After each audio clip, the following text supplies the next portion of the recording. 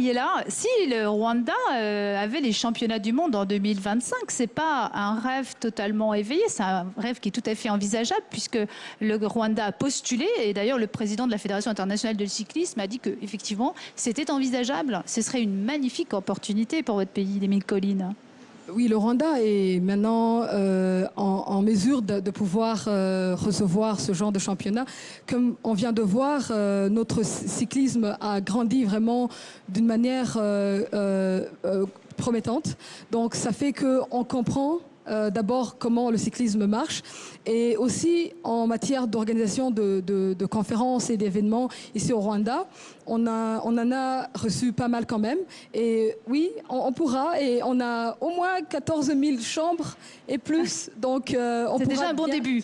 On pourra vraiment recevoir le Tour du Monde. Oui, Atom, on parle de cyclisme, mais il faut dire que les Rwandais en général, ils sont passionnés de sport, mais le sport roi, c'est un peu le foot, n'est-ce pas? Que ce soit local, international, les gens sont très émus. Pas qu'au Rwanda, hein.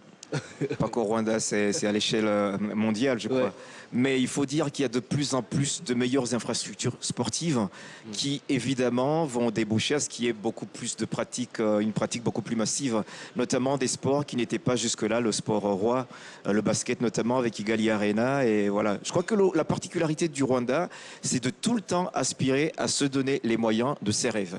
Et ses rêves ne sont pas à sa taille, et tant mieux. Atom, comment vous expliquez cette passion rwandaise pour le cyclisme?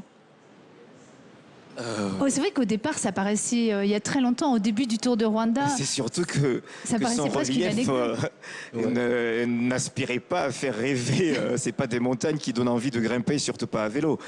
Mais voilà, c'est tous les efforts qui ont été consentis vers ça.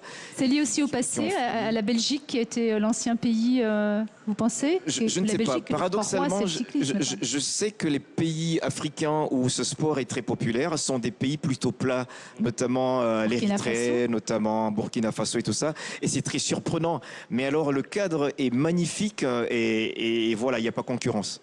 Ouais. Ce qui s'est passé, c'est aussi, je dirais, professionnalisation du cyclisme. Mais sinon, dans tous les villages, il y a ce qu'on appelle les cyclistes kamikazes qui descendent de ces collines en grande vitesse.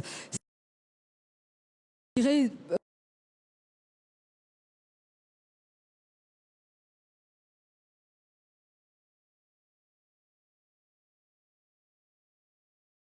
où il faut, pour, je dirais, la dot dans un district de Bugesera, la dot d'une femme, c'est de ta fiancée, c'est un vélo. Donc c'est quelque chose qui est déjà dans nos coutumes, dans nos habitudes, je dirais.